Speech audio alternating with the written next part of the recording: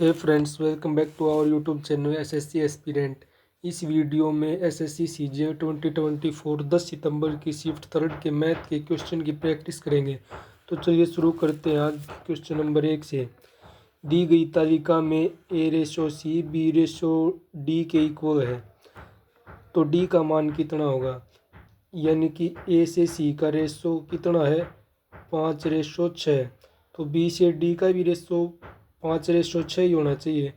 तो 5 की वैल्यू यहाँ कितनी है 40, तो यहाँ 6 की वैल्यू कितनी आ जाएगी मेरे पास 48, जो कि ऑप्शन नंबर 4 करेक्ट है। Next question. यदि अंकित मूल्य पर 65% की छूट और 30% और 40% की दो क्रमिक छूट के बाद विक्रय मूल्य के बीच का अंतर 105 रुपये है, तो अंकित मूल्य क्या है।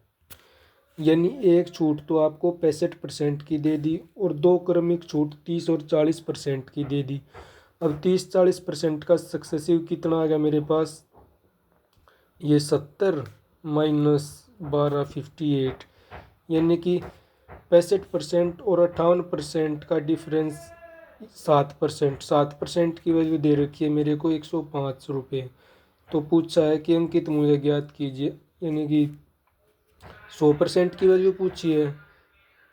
7 की वैल्यू 105 है, कितने टाइम्स 15 टाइम्स, तो 100 की वैल्यू भी 15 टाइम्स यानी 1500, ऑप्शन नंबर 3। Next question. नीचे दिया गया बार ग्राफ क्रमागत 2 वर्षों 2013 और 2014 के दौरान 6 स्कूलों की पुस्तकों की बिक्री को दर्शाता है। अब आगे पढ़ते हैं। क्वेश्चन क्या दे रखा हमें। यदि 2014 में ए, बी और सी की औसत बिक्री 2013 में ए, सी और एफ की औसत बिक्री का कितने परसेंट है। अब ए, बी, सी की 2014 में बिक्री कितनी है। ए की बिक्री 70, बी की 35 और सी की ये 80। 8 और 7 15, 15 और 35 यानी कि 150, 185। ए बी सी की बिक्री 2014 में कितनी है 185, और 2013 में ए सी एफ की बिक्री कितनी है, ए की 50 और सी की 60 यानी 110 और एफ की 40 यानी कि 150। अभी ये पूछा है कि 150 185 का कितने परसेंट है, मल्टीप्लाई बाई 100। अब जो कैंसिल आउट होता है उसको कैंसिल आउट कर देंगे। 5 से ये गया 3 और 7 37 टाइम, और ये गया 20 टाइम। 15 दूनी 30, यानी कि ये आ गया मेरे पास 300/37। अब इस ये 337 से कितने टाइम्स जाएगा 37, सॉरी 15 दूनी 30 और एक जीरो ये और एक जीरो ये, यहाँ 3000 है, तो ये गया मेरा 37 अट्ठे 296 और यहाँ बचा 40, यानी कि 37 से अब आगे कितनी बार जाएगा एक टाइम, यानी कि मेरा 81 पॉइंट समथिंग। अब मैं ऑप्शन चेक करता हूँ क्या मेरे ऑप्शन में 81 पॉइंट समथिंग है किसी में, जो कि 81 पॉइंट समथिंग एक ही ऑप्शन में है 3। 81 पूरा तो पूरा कटेगा नहीं, तो ये हो नहीं सकता, ये दोनों छोटे हैं, तो बचा मेरे पास ऑप्शन नंबर 3 जो कि सही है। Next question. 3 pipe P Q R एक टंकी को क्रमशः 40 मिनट, 80 मिनट और 120 मिनट में भर सकते हैं। शुरुआत में सभी पाइप खोल दिए जाते हैं, कितने समय बाद पाइप क्यू और आर को बंद कर देना चाहिए ताकि टंकी क्यू आधे घंटे में पूरी भर जाए।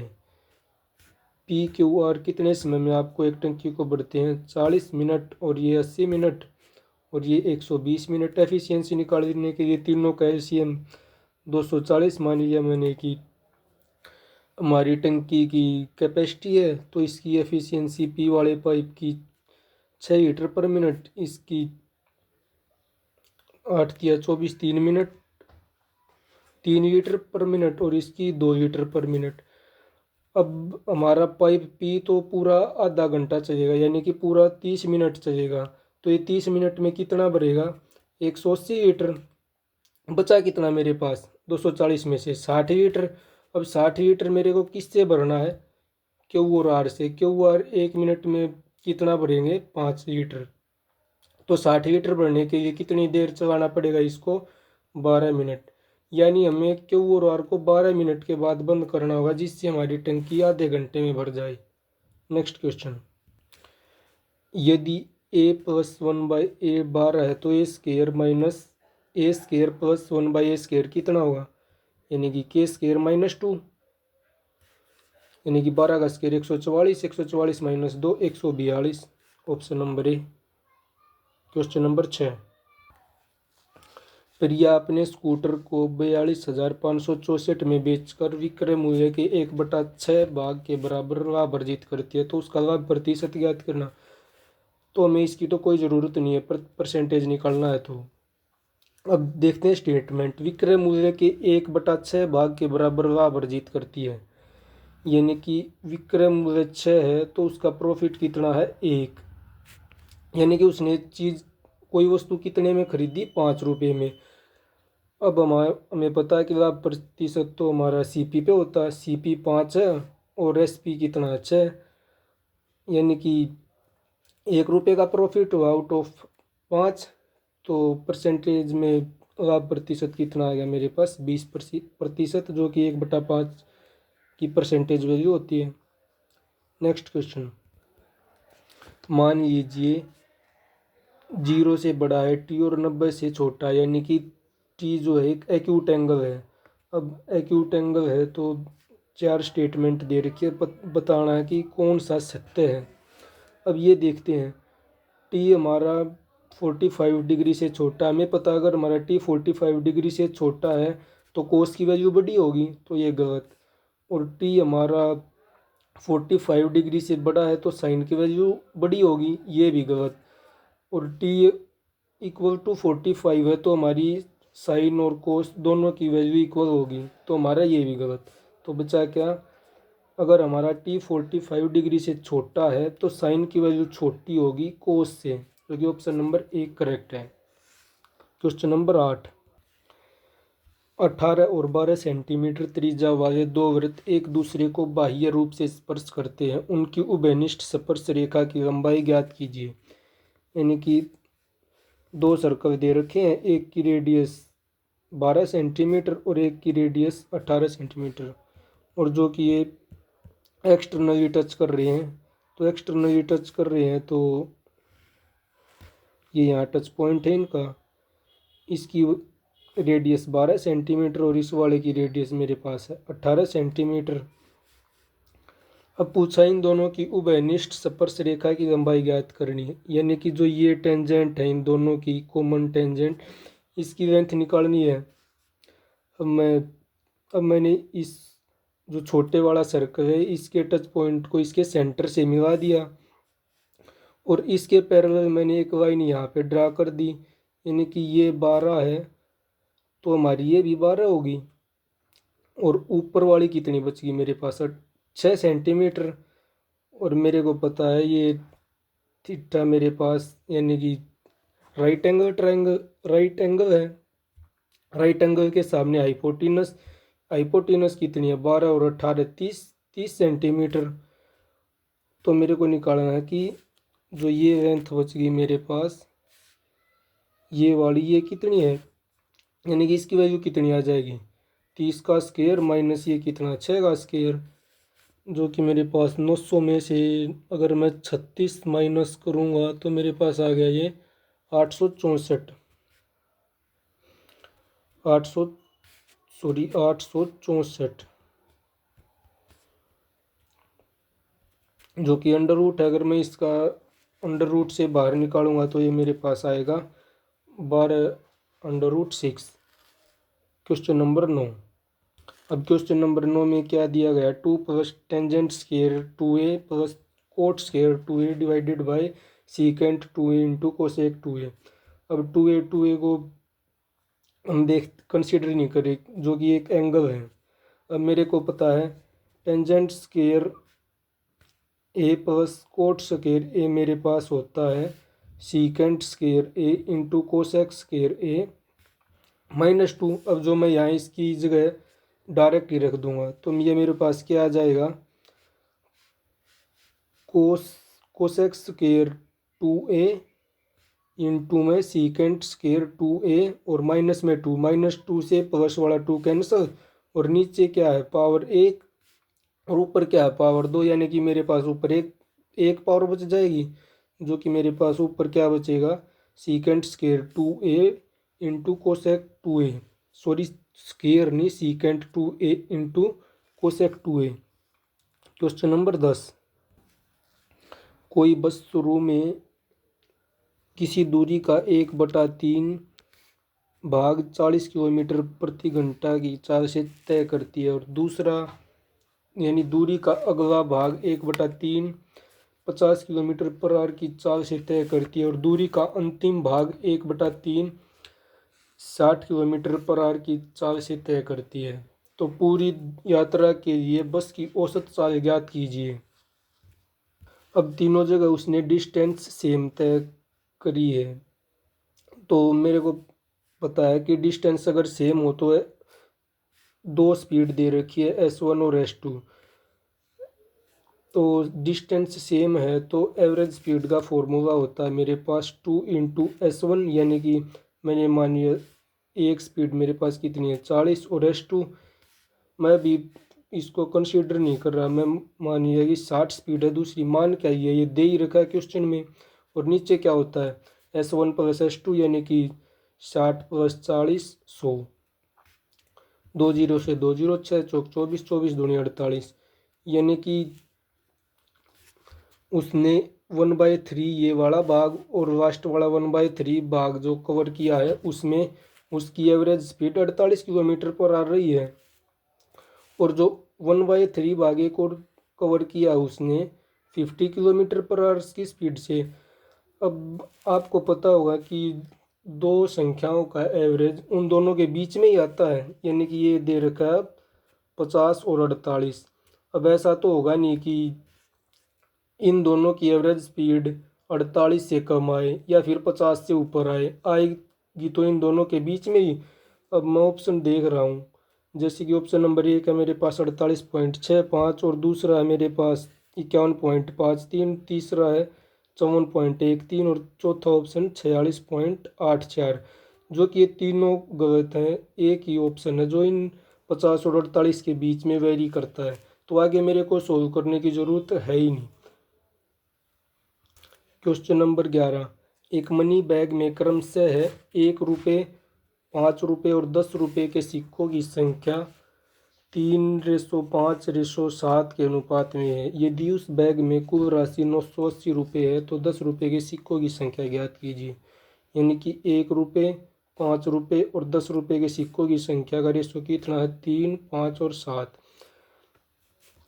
अब 1 रुपये की टोटल वैल्यू कितनी होगी 3, 5 रुपये की टोटल वैल्यू 5 पंजे 25 और 10 रुपये की टोटल वैल्यू 70। अब तीनों का सम कितना आएगा मेरे पास, यानी कि टोटल वैल्यू कितनी है मेरे पास रुपये में 98। अब क्वेश्चन क्या क्या रहा है कि मेरे पास तो 980 रुपये हैं बैग में, 98 का 980 कितने टाइम्स है 10 टाइम्स, यानी कि जो मेरे पास कॉइन्स की संख्या है वे भी 10 टाइम्स है। तो 10 रुपये के सिक्कों की संख्या कितनी है 7, तो 7 का 10 टाइम्स 70, जो कि ऑप्शन नंबर 1 करेक्ट, यानी कि मेरे पास बैग में कुल 10 रुपये के 70 सिक्के थे। क्वेश्चन नंबर 12, 950 मीटर वाली वृत्ताकार दौड़ में एक्स और वाई एक ही बिंदु से एक ही समय पर क्रमशः 9 किलोमीटर पर आवर और 13.5 किलोमीटर पर आवर की चाल से दौड़ना शुरू करते हैं। यदि वे एक ही दिशा में दौड़ रहे हैं तो उन्हें ट्रैक पर कब मिलेंगे। यानी कि सर्कुलर ट्रैक पर एक ही साइड में दौड़ रहे हैं और डिस्टेंस मेरे को 750 मीटर कवर करनी है, तो उनकी स्पीड का डिफरेंस से डिवाइड करूँगा। डिफरेंस कितना है 4.5 किलोमीटर पर आवर। अब यहाँ मीटर में यहाँ किलोमीटर पर आवर में, तो इसको मीटर पर सेकंड में कन्वर्ट करने के लिए 5/18 से मल्टीप्लाई कर दिया। अब ये कितना आ गया 0.5, ये आ गया 2, यानी कि ऊपर आ गया मेरे पास 2.5 डिवाइड बाई 2 मीटर पर सेकंड, ये स्पीड आ गई। अब 2.5 मीटर 2.5 मल्टीप्लाई बाय ऊपर 2, जो कि ये नीचे था तो ऊपर चला गया। अब 25 से ये कितनी बार चला गया मेरा, 300 बार। 300 दूनी 600, यानी कि वे पुनः 600 सेकंड के बाद मिलेंगे। क्वेश्चन नंबर 13, 10 मीटर लंबा एक खंभा 30 डिग्री का कोण बनाते हुए ऊर्ध्वाधर दीवार पर, यानी कि एक दीवार है और हमारे पास एक खंभा है जो कि ये जमीन है। और आगे क्या कह रहा है क्वेश्चन, ए बी पर तिरछा टिका हुआ है। ज्ञात कीजिए कि खंभे का पाद दीवार से कितनी दूर है, यानी कि मेरे को ये डिस्टेंस निकालनी है, ये वाली कितनी है। अब इसके लिए क्या दे रखा है इसने, ज़मीन से 30 डिग्री का, तो ये राइट एंगल है, ये हमारा 60 डिग्री। अब 30 60 90 का रेशो क्या होता है, 30 के सामने 1, 60 के सामने √3 और 90 के सामने होता है मेरे पास 2। अब खंभे की लंबाई ये है, यानी कि मेरे को 2 की वैल्यू 10 दे रखी है और √3 की वैल्यू पूछी है। 2 का कितने टाइम्स है, ये 5 टाइम्स।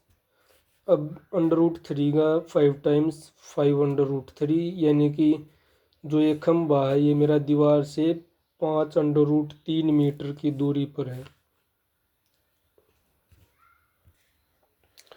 क्वेश्चन नंबर 14, 2 मित्रों राम और रवि की आयु का अंतर 7 वर्ष है, यानी कि राम को मान लिया मैंने R1 और रवि को मान लिया मैंने R2, यानी कि उनकी एज है।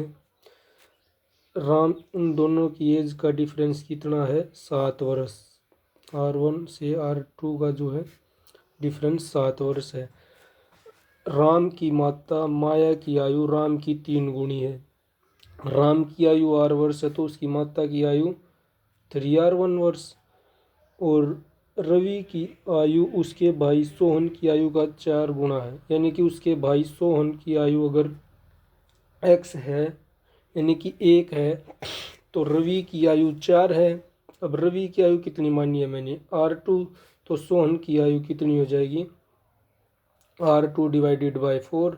और आगे क्या दे रखा है, माया और सोहन की आयु में 65 वर्ष का अंतर, यानी कि ये हमारे पास माया की आयु है और ये हमारे पास सोहन की आयु है। इन दोनों का अंतर कितना है मेरे पास, 65 वर्ष।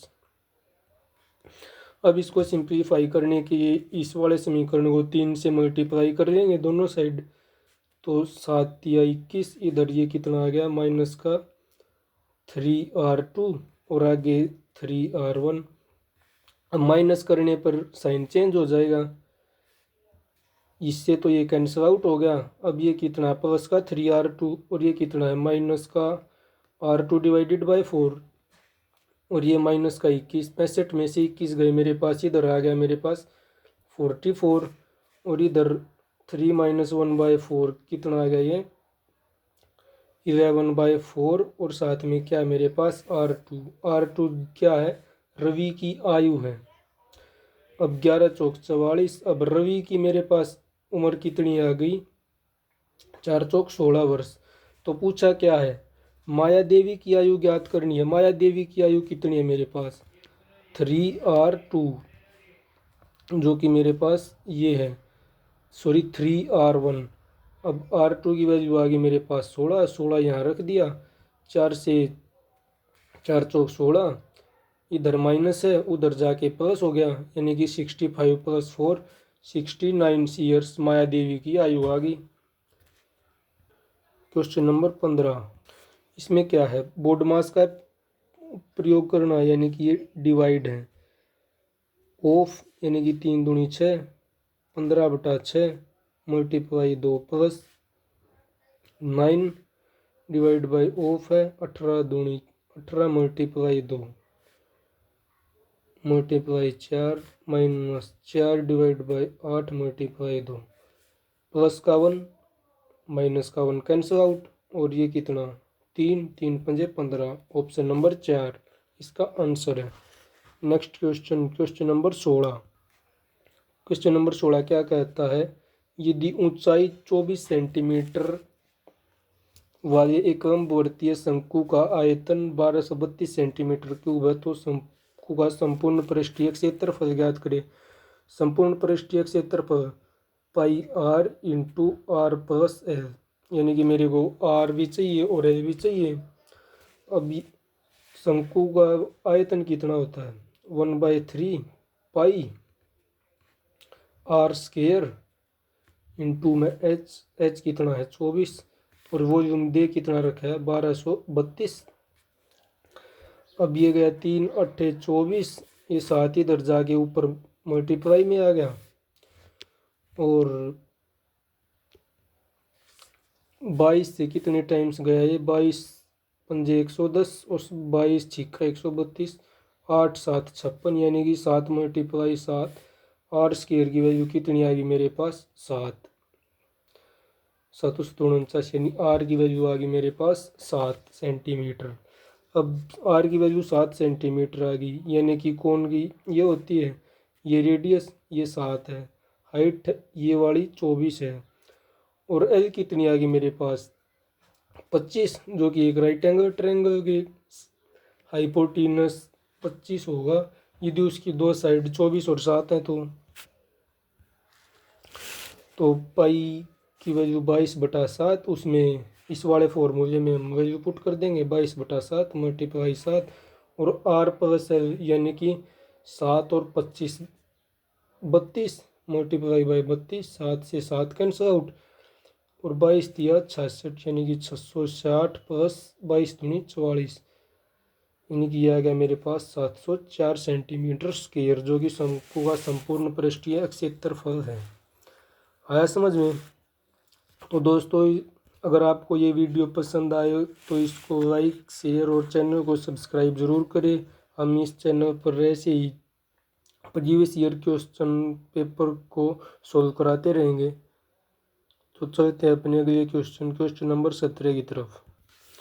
किरण ने दो व्यक्तियों को 4,000 रुपये का 1/8% प्रतिवर्ष की दर से और शेष भाग 10% प्रतिवर्ष की दर से उधार दिया। उसे 352 रुपये का वार्षिक साधारण ब्याज मिला, तो 10% पर उधार दी गई राशि ज्ञात करें। अब एक तो ये है कि एक को मानो x और दूसरे को मानो 4,000 - x, तो उसमें तो कैलकुलेशन ज़्यादा है। अब इसको सोल्व करने के लिए आपको एक सिंपलेस्ट वे में बताता हूँ मैं। आप देखो 352 रुपये उसको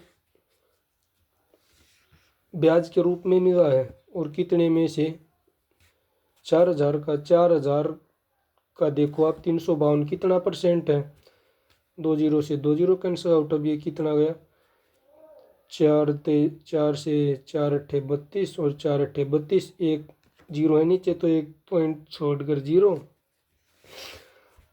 अब इसको एवरेज वाले फॉर्मूले से कर लेंगे, यानी कि 8 है और ये 10, यहाँ लिख लिया मैंने 8.8, इसका डिफरेंस 1.2, 8 का 0.8, इन दोनों का रेशो 3.2 आ गया मेरे पास। यानी कि जो मेरा टोटल अमाउंट था उसका मैंने, अगर मेरे पास टोटल अमाउंट 5 था तो उसका मैंने 3 रुपये मैंने 8% साधारण ब्याज पर दिए, और 2 रुपये मैंने 10% के साधारण ब्याज पर दिए।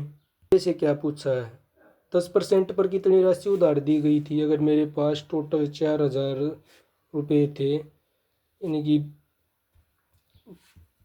ये आ गया मेरे पास 5 से 5 अट्ठे 40, 8 दूनी 16, यानी कि 1,600 रुपये उसने 10% साधारण ब्याज पर दिए थे। Question number 18। रमेश ने 19 नवंबर 2019 को एक डीलर से कुछ सामान खरीदा। बिल 5,480 रुपये हुआ। उसने 10 नवंबर 2019 को भी कुछ सामान खरीदा था जिसका बिल मूल्य 9,800 रुपये था। उन्होंने इस बार दोनों बिलों का भुगतान किया और कुल राशि का कुछ नकद भुगतान किया, मतलब जो उसने भुगतान किया वो कैश ही दिया उसने। यदि डीलर 10 दिनों के भीतर किए गए भुगतान पर 2% की छूट और खरीदे गए समय नकद भुगतान के लिए 5% की छूट की योजना है, तो रमेश द्वारा 19 नवंबर 2019 को कितनी राशि भुगतान की गई थी। यानी कि उसने प्रेजेंट में कितना खरीदा था, 180 का सामान खरीदा था, और नकद भुगतान के लिए 5% की छूट है, यानी कि इसके 5% की छूट मिली। और 10 दिनों के भीतर उसने कितनी राशि का भुगतान किया, 9,800 का। 9,800 पर उसे 2% की छूट मिली, यानी कि इस 98 दूनी 196, और 5,480 का 5% आ जाएगा ये मेरे पास, 5×8 = 40, जीरो 2 जीरो से परसेंटेज कैंसिल आउट हो जाएगा, और 5 चौका 20 और 4 24, 5 चौक 20, 20 और कितना बचा मेरे पास, ये आगे 2, सॉरी 5×5 = 25, 25 और 2 27। अब 274 प्लस 196, ये मेरे पास आ गया 470। 470 रुपये की उसको छूट प्राप्त हुई, जो कि उसने 5,480 और 9,800 का भुगतान किया। अब मैं डायरेक्ट 5,480 में से 470 घटा दूंगा, तो मेरे पास कितना आ गया, ये 5100, सॉरी 5,010 आ गया। 5,010 उसने ये दिए, और 9800 यहाँ दिए, तो इन दोनों का जोड़ आ गया मेरे पास 018 और 14, यानी कि उसने टोटल 14,810 का भुगतान किया गया है उस दिन। 14,810, option number D. Question number 19, निम्नलिखित तालिका एक विश्वविद्यालय के विभिन्न विभागों में शोधार्थियों की कुल संख्या और महिला शोधार्थियों की संख्या को दर्शाती है, यानी कि ये टोटल है और ये फीमेल है। तालिका का ध्यानपूर्वक अध्ययन करें और निम्नलिखित प्रश्न का उत्तर दे। प्रश्न देखते हैं क्या है मेरे पास, मैं यहाँ एक बार लिख लेता हूँ, ये टोटल है और ये फीमेल है। प्रश्न क्या है, गणित और सांख्यिकी विभाग में पुरुष शोधार्थियों का अनुपात ज्ञात कीजिए। गणित में टोटल 18, तो पुरुष कितने हुए, 14। सांख्यिकी में टोटल 12, तो पुरुष कितने हैं, 9, यानी कि 14:9 पुरुषों का अनुपात है। Option number 3 correct. Question number 20, एक समबाहु त्रिभुज की भुजा 28 सेंटीमीटर है। प्रत्येक शीर्ष को केंद्र मानकर त्रिभुज की भुजा की आधी लंबाई के बराबर त्रिज्या वाले एक वृत्त को चित्रित किया गया है। त्रिभुज के उस भाग का क्षेत्रफल ज्ञात कीजिए जो वृत्त में शामिल नहीं है, यानी कि मेरे पास एक ये इक्विलेटरल ट्रायंगल है जिसकी साइड कितनी है, 28, 28 और 28। अब क्या करा कि जो ये इस को सेंटर मानकर एक सर्कल ड्रा किया इधर, और इसको सेंटर मानकर एक सर्कल इधर ड्रा किया है। अब इसको सेंटर मानकर एक सर्कल इधर ड्रा किया है, ये आपस में टच कर रहे हैं। अब क्या कहा गया कि इसकी रेडियस कितनी है, भुजा की आधी, यानी कि 14 सेंटीमीटर। और क्या कहा गया कि जो वृत्त में शामिल नहीं है, यानी कि ये वाला एरिया, इस वाले एरिया का मेरे को निकालना है कि कितना सेंटीमीटर स्क्वायर है। ये अब ये कैसे आएगा, अगर मैं पूरे ट्रायंगल के एरिया में से जो मेरा ये एरिया है और ये वाला है और ये वाला है, इसको माइनस कर दूं, ये एंगल कितना मेरे पास 60 डिग्री, ये भी 60 और ये भी 60। रेडियस से मैं तो 60 दिया 180, यानी कि मेरे पास एक अर्धवृत्त बन गया जिसकी रेडियस कितनी है मेरे पास 14 सेंटीमीटर। तो अर्धवृत्त का क्षेत्रफल कितना आ गया, 1/2 इंटू में 22/7 और आर स्क्वायर 14 × 14, 7 दूनी 14 और 22 इंटू 14 की वैल्यू 308 सेंटीमीटर स्क्वायर, यानी कि इस वाले एरिया की वैल्यू मेरे पास 308 सेंटीमीटर स्क्वायर आ गई। अब मैं निकालता हूँ इक्विलेटरल ट्रायंगल का एरिया, जो कि मेरे को पता है अंडर रूट 3/4 ए स्केयर कितना मेरे पास, यानी कि इस ट्राइंगल की साइड कितनी है मेरे पास 28 इंटू में 28। अब अंडर रूट 3 की जगह मैंने 1.7 रख दिया, 7 और 28 सत्ते, ये आ गया 194, मल्टीप्लाई में कितना 1.7। एक बार मैं इसको इरेज कर देता हूँ। अब 17 और 196, सॉरी अंडर रूट 3 की वैल्यू मैं 1.73 ही मान लेता हूँ, और 1.73 मल्टीप्लाई बाई 196, इसकी वैल्यू, इसकी गुणा आ गई मेरे पास 339.08, और मेरे पास उनका मतलब, और ये वाला एरिया कितना आया था मेरे पास जो सर्कल्स ने कवर कर रखा है 308 सेंटीमीटर स्क्वायर। अब मैं इसको माइनस करूँगा तो मेरे पास ये 31 पॉइंट समथिंग आएगा, 31 पॉइंट समथिंग, जो कि एक ही ऑप्शन में मेरे को नज़र आ रहा है, जो कि ऑप्शन नंबर 4 करेक्ट है।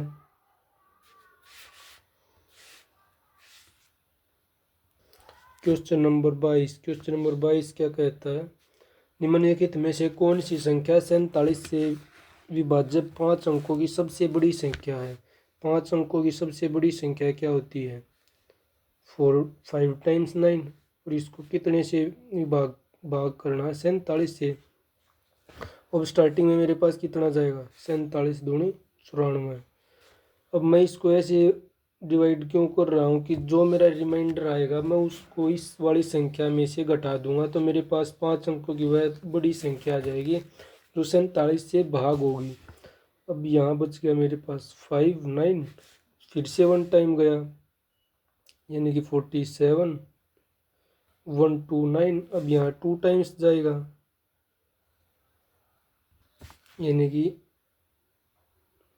94, और यहाँ कितना बचा मेरे पास 539। अब यहाँ कितने टाइम्स आएगा ये 4 सत्ते 28 और 7 सत्ते 49, 28 और 49 यानी कि 280, और 49 कितना हो गया मेरे पास 9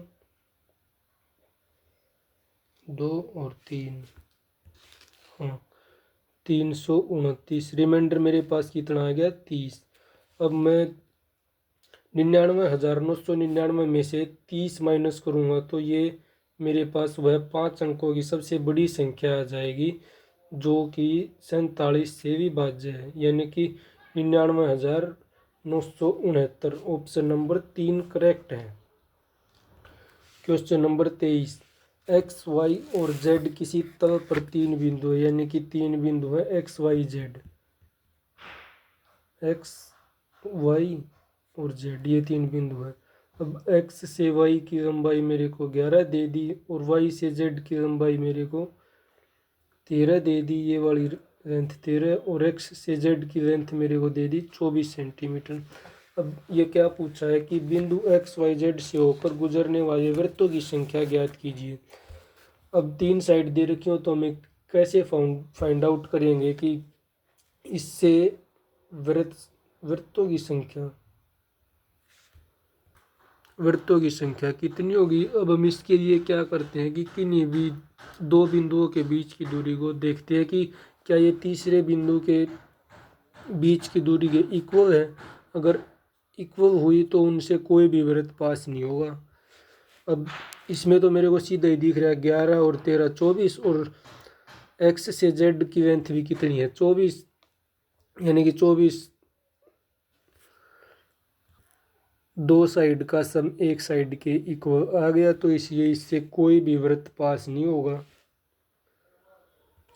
अब आप ये पूछेंगे दोस्तों कि आपने ये साइड वाला रूल कैसे लगा दिया, तो ये मैंने इसीलिए लगा दिया क्योंकि वर्ग क्योंकि एक त्रिभुज की जो क्योंकि क्योंकि दोस्तों ये 3 लेंथ मिलकर एक ट्रायंगल का निर्माण नहीं कर सकती। अगर ये ट्रायंगल नहीं बना सकती तो ये किसी वृत्त के शीर्षों पर भी नहीं आ सकती। इसीलिए मैंने ऐसा मेथड यूज़ किया है। क्वेश्चन नंबर 24, निम्नलिखित में से किस मानदंड को लागू करने के लिए दो त्रिभुजों के सर्वांग समता सिद्ध नहीं होती। आपको पता होगा कि सर्वांग समता के नियम क्या होते हैं। SAS और ट्रिपल एस यानी कि तीनों साइड इक्वल हों, और एक एंगल साइड एंगल यानी कि एक दो कोण और उनके बीच की भुजाएं इक्वल हो। अब हमारे पास कोण कोण कोण ऐसा तो कोई सर्वांग समता नियम होता नहीं, तो सर्वांग समता सिद्ध नहीं किससे नहीं किया जा सकता, कोण कोण से। कोण कोण से आप सिमिलरिटी को सिद्ध कर सकते हैं। आज की वीडियो का हमारा आखिरी क्वेश्चन, क्वेश्चन नंबर 25, यदि तीन संख्याओं का योग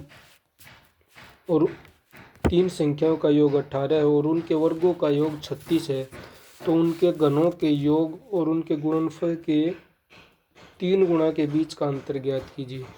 अब देखो आपको दे क्या रखा है, तीन संख्याएं हैं x, y और z। इनका योग दे रखा आपको 18 और उनके वर्गों का योग यानी कि x square plus y square plus z square ये दे रखा आपको 36। और आपसे पूछा क्या है, x की पावर क्यूब प्लस वाई की पावर क्यूब प्लस जेड की power cube minus 3xy z। अब आपसे इसकी वैल्यू पूछी है। अब इसकी वैल्यू निकालने के लिए आप क्या करेंगे, आपके पास एक फॉर्मूला होता है इसकी वैल्यू निकालने का, जो कि क्या होता है हमारे पास x plus Y plus Z into में X plus Y plus Z का होल स्क्वायर और माइनस में 3 into X Y plus Y Z plus Z X. अब मेरे को x plus Y plus Z तो दे रखा है, मेरे को एक्स वाई और वाई जेड और जेड एक्स की वैल्यू पता नहीं, तो मैं ये उसकी वैल्यू यहाँ से निकालूंगा, जो कि एक्स स्क्वायर वाई स्क्वायर और जेड स्क्वायर की वैल्यू मेरे को दे रखी है कितनी 36। अगर मैं x plus Y plus Z का स्क्वायर करता हूँ जिसकी वैल्यू मेरे पास 18 है, तो इसका स्क्वायर कितना आ गया मेरे पास 324।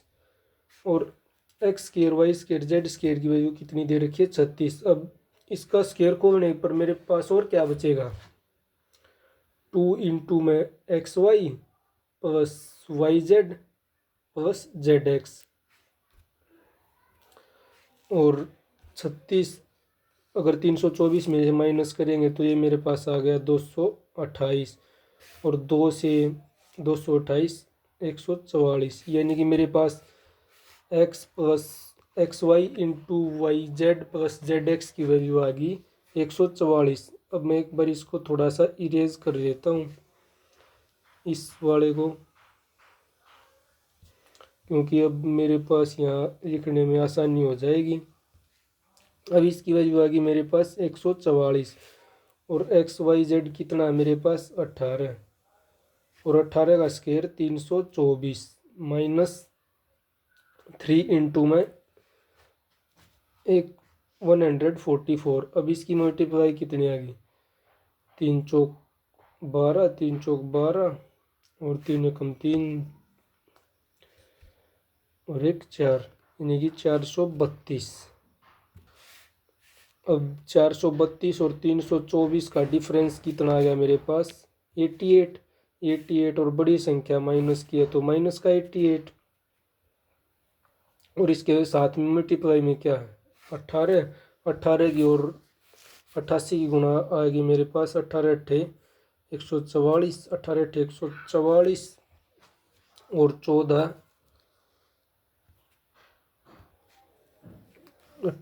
144 और 14 158। ये तो कोई सा भी ऑप्शन नहीं है, सॉरी 324 और 432 का डिफरेंस मेरे पास 108 आएगा। ये मैंने 88 गलत लिख दिया, तो इसलिए तो हमारी कैलकुलेशन ठीक नहीं हुई। तो ये आ गया मेरे पास 108, 18 अट्ठे 144, यानी कि एक आ गया हासिल 18 एकम 18 एक 19, यानी कि -144, जो कि ऑप्शन नंबर 1 करेक्ट है। थैंक्स दोस्तों।